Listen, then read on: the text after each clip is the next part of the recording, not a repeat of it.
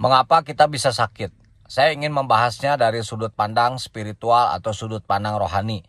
Karena pada kenyataannya ada penyakit-penyakit yang tidak bisa sembuh secara medis menggunakan obat-obatan dan tindakan-tindakan medis. Misalnya seperti kanker dan juga HIV atau AIDS. Di dalam Yohanes 5 ayat 5 dikatakan firman Tuhan, di situ ada seorang yang sudah 38 tahun lamanya sakit. Ini adalah orang yang lumpuh di Bethesda. Di ayat-ayat selanjutnya dikatakan Yesus menyembuhkannya dan berfirman, angkatlah tilammu dan berjalanlah. Lompat ke ayat 14, kemudian Yesus bertemu dengan dia di dalam bait Allah, lalu berkata kepadanya, engkau telah sembuh.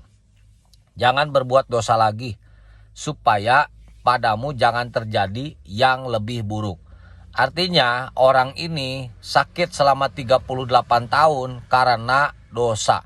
Dan kita tahu bahwa Tuhan Yesus adalah Tuhan yang sanggup untuk mengampuni dosa.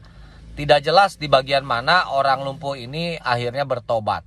Tetapi ini memberikan suatu pemahaman kepada kita bahwa mungkin suatu saat kita pernah sakit dan kita di masa yang akan datang bisa saja sakit, dan itu disebabkan oleh dosa kita.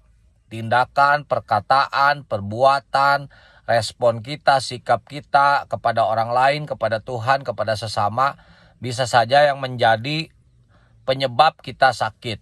Dan kalau sampai seseorang itu 38 tahun sakit, biasanya ini penyakit hati. Artinya menyimpan mungkin kemarahan, dendam, kebencian kepada orang dan tidak pernah mau mengampuni. Secara medis saja dikatakan bahwa kalau kita dendam, marah, benci kepada seseorang akan terus-menerus meningkatkan hormon kortisol, hormon yang memproduksi racun di dalam diri kita.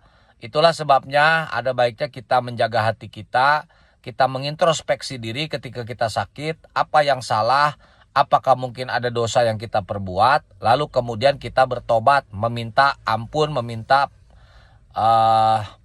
kesembuhan dari Tuhan, daripada kita langsung ke dokter, daripada langsung ke rumah sakit, daripada cari obat-obatan. Itu tentu saja ada biayanya, dan rumah sakit obat terkadang sangat mahal.